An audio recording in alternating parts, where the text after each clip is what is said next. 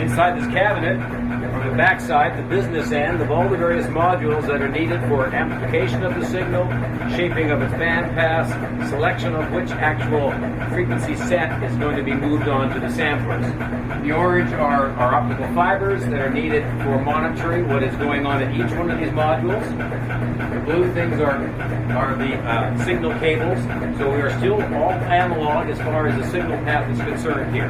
These signals now at a single frequency, so even though the radiation comes in from 1 to 50 gigahertz and passes through all kinds of different amplifiers, when they come out of this cabinet, they're all contained in a single, what we call an IF frequency, which is between 8 and 12 gigahertz.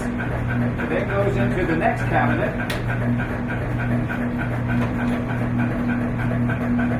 This cabinet here, down inside this unit are the samplers.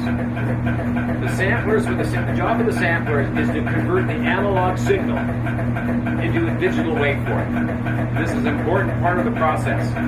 We made the expensive decision, somewhat gutty decision, more than 10 years ago, to do analog to digital conversion in the antenna itself. Why do this?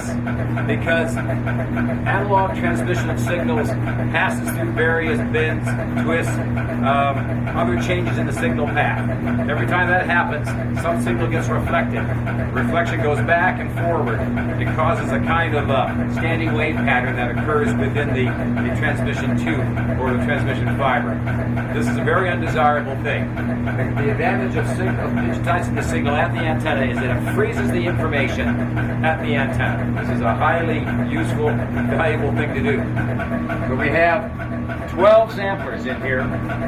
The ones in this small box on the right are running at 2 gigasamples per second, which is enough to, 8 bits deep, 2 gigasamples per second. And there are 4 samplers in here.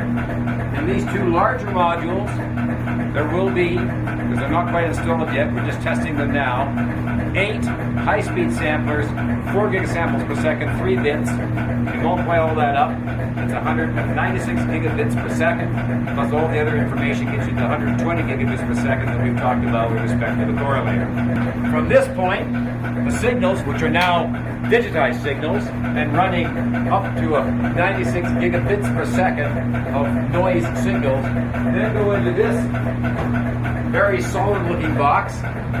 Inside here are the optical amplifiers that are necessary to boost the signals up to sufficient strength to go down the optical fibers where their journey ends in the correlator, where we will discuss, or we have discussed, the cross-multiplication of all the signals from each antenna with every other antenna.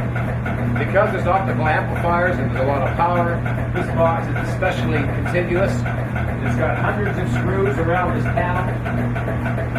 And this is to make sure that no RFI can sneak out between the screws. There's even a ridge of conducting material around the inside of this to try and ensure that no radiation escapes and no currents can leak out, because the RFI inside this box induces currents on the inside of the metal. And if you've got a crack in here, those currents will come out and they'll start radiating, and that'll get you right back into the feed.